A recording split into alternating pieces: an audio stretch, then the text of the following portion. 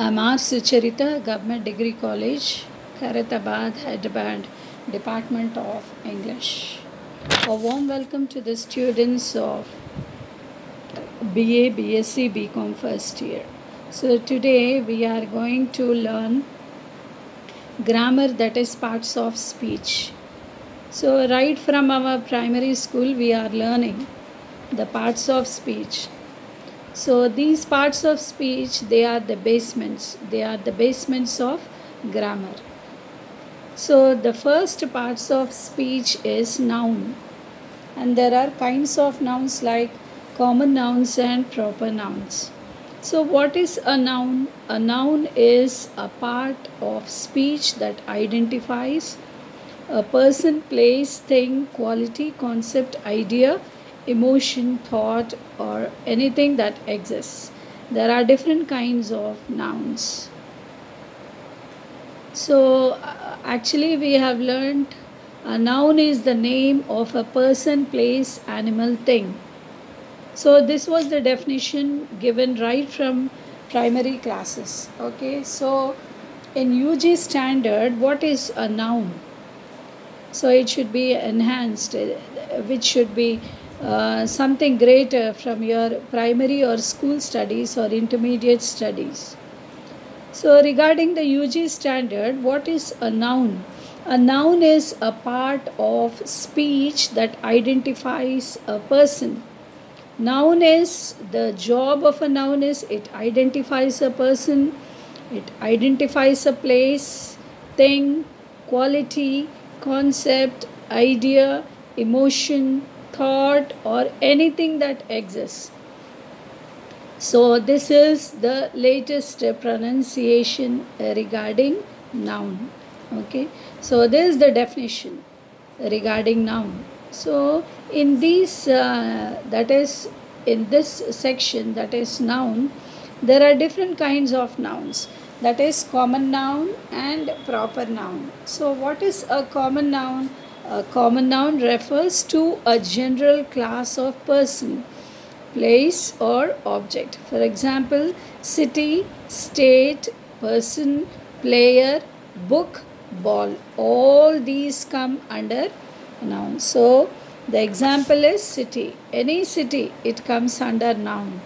Or it may be a state, or it may be a person, it may be a player, it may be a book, or it may be a ball. So it refers to the general class. It is the general class of person, place, object, and it is not the it is not particularly, we are not referring the state's name or the city's name or the person's name or anything like that.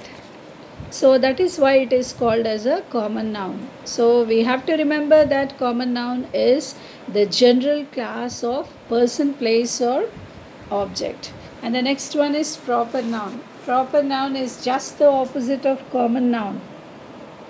So a proper noun refers to a specific person. Specifically, we are referring to a person or to a place or to an object, etc. For example, particularly or specifically, we are referring to the city. So it is Hyderabad or Secunderabad. They are the cities' names. So this Hyderabad or Secunderabad, because we are specifically referring, so that is why it is called as a proper noun. In the same way, Telangana state or Andhra state, Telangana, Andhra, all these come under proper nouns. In the same way, Radhika or Peter or Sweta, Swati, Sachin Tendulkar, all these are the names of a specific person. So that is why they are called as proper nouns. So I hope you have understood what is a common noun and what is a proper noun. So the first letter of a common noun is not capitalized unless the noun is the first word in a sentence, whereas the first letter of a common noun is always capitalized. So where you have to put capital letters. So the first letter of a common noun, it should be capitalized. So what are common nouns? Already I told you. So it is the general class of a person, place or object. For example, it may be a city or it may be a state, person, player, book, ball. All these they come under common nouns. So all these common nouns first letters, they should be capitalized, whereas the first letter of a proper noun is always capitalized. Okay, so what are proper nouns? For example, I told you Hyderabad, Secunderabad, Telangana, Andhra Pradesh, all these they are the names. So names wherever they are, they may be in the beginning or they may be in the middle of the sentence or they may be in the end of the sentence, whatever it may be or wherever they are, they have to be capitalized. In the same way, names too. So names means Sucharita. Wherever Sucharita is there, it should be written in capital letter, Radhika or Sachin Tendulkar. So whatever the name is, Wright brothers, okay, all these are names. Wherever you find or the names appear in the beginning of the sentence, in the middle of the sentence or the end of the sentence, wherever they are, they should be capitalized. They should be written. The first letter of a proper noun is always capitalized. It should be written in capital letters. Okay, so for example, he gave you Hyderabad is the best city to live in. Hyderabad. Hyderabad is the proper noun. So it should be the first letter of Hyderabad should be capitalized. In the same way, cities are generally more crowded than villages. Cities. So cities is a common noun. So we have written in capital letter. In the same way, Hyderabad. Hyderabad, though it is the beginning of the sentence, it is capitalized. In the same way, James Thurber was a well-known short story writer. Okay, so these are common nouns and proper nouns. Okay, common nouns and proper nouns, they should be capitalized. And then so some of the common nouns which are given, there is a table given here. Find common nouns in the grid below by moving either horizontally or vertically. It may be horizontal or it may be vertical. Okay, so whatever it is, you have to find out. You have to find out the common nouns in this table on page number 9. That is degree first year. In the degree first year, first semester, on page number 9, you have the table. So from that table, you have to find out the common nouns. Okay, so the common nouns are mostly the common nouns which you find out in this grid below. They are building. Building is a common noun. BUILDING, building. Then holiday, website, picture, book, phone, all these are common nouns. And the proper nouns, they are Mount Everest, college building, Christmas holiday, Yahoo, Mona Lisa or Samsung, English book, all these they are called as proper nouns. So from the grid you can find out all these. And then abstract nouns and concrete nouns. So the next topic is abstract nouns and concrete nouns. What are abstract nouns? Abstract nouns refer to things that cannot be detected through our five senses. Such things cannot be seen, heard, smelled, tasted, or touched. Abstract nouns name an idea, moment, quality, or concept. For example, beauty, curiosity, love, happiness, knowledge, wisdom, health, All these, they are called as abstract nouns. So abstract nouns, they refer to things that cannot be detected through our five senses. Our five senses cannot, they cannot detect such things, that which they, when they are not recognized through our five senses, but they can be seen. Such things cannot, such things which cannot be seen, they are only called as abstract nouns. We cannot see them, but heard, they are not heard, they are not smelt, they are not tasted, or they are not touched. Such things cannot be seen, heard, smelt, tasted, or touched.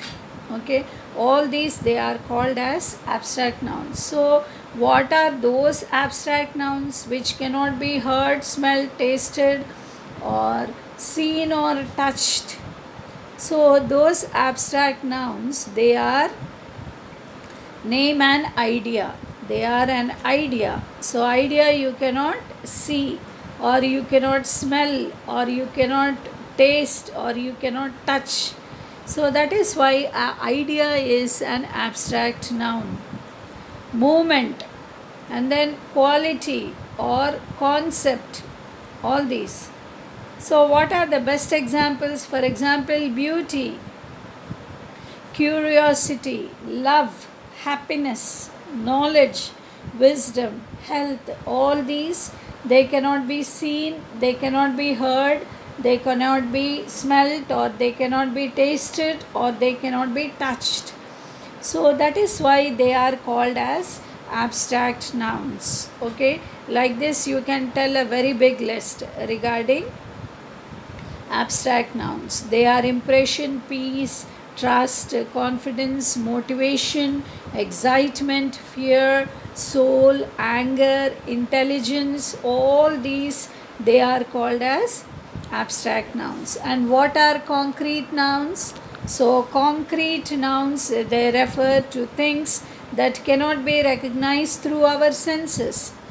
These things can be seen, heard, smelled, tasted, or touched. In other words, concrete nouns refer to physical objects that have mass. For example, ball, water, glass, bridge, pen, all these, they are called as concrete nouns. So the concrete nouns, they refer to the things that cannot be recognized. They cannot be recognized through our, they can be recognized through our senses. So they are the concrete nouns, they are just the opposite of abstract nouns. Abstract nouns, we have seen that they cannot be smelt, they cannot be seen, they cannot be heard, tasted, or touched. But concrete nouns are just the opposite. So concrete nouns, they refer to the things that can be recognized through our senses. Our senses can recognize. So these things, they can be seen. You can see them with your eyes. You can hear them with your ears. You can smell them with your nose. You can taste them with your tongue, and you can touch them with your hands. So that is why these concrete nouns, they can be seen, heard, smelled, tasted, and touched. So such things, they are called as concrete nouns. So in other words, concrete nouns refer to physical objects. They refer to physical objects that have mass. For example, ball, water, glass, bridge, pen, all these, they are called as concrete nouns. For example, ball. Ball, you can see it, you can touch it, you can smell it. In the same way, water. Water can be seen, it can be tasted, you can drink the water, you can touch the water, you can smell the water, all these. In the same way, glass. Glass is a concrete noun. So glass can be seen, glass can be touched, glass can be tasted or smelt. In the same way, bridge or pen, all these are called as concrete nouns. So all these they refer to the things that can be recognized through our senses. Okay. So for example, regarding these concrete nouns, there are so many examples. So for example, clock, monument, stone, and then park, star, then tower, muzzle, computer, lamp, all these they are called as concrete nouns. Okay. So these are called as concrete nouns. So finally, abstract nouns, you have to remember that they cannot be detected or they cannot be recognized through our five senses. For example, beauty, curiosity, love, happiness, knowledge, wisdom, etc. And concrete nouns, they are what? They can be recognized. They can be recognized through our five senses. So anything you can say. So for example, if you take in your classroom the benches you sit and the board where you write down and the fan, the wall, okay, each and everything, all those you can see and touch, all these which are recognized with our five senses, they are called as abstract and concrete nouns. Okay. So with this we complete, and thank you.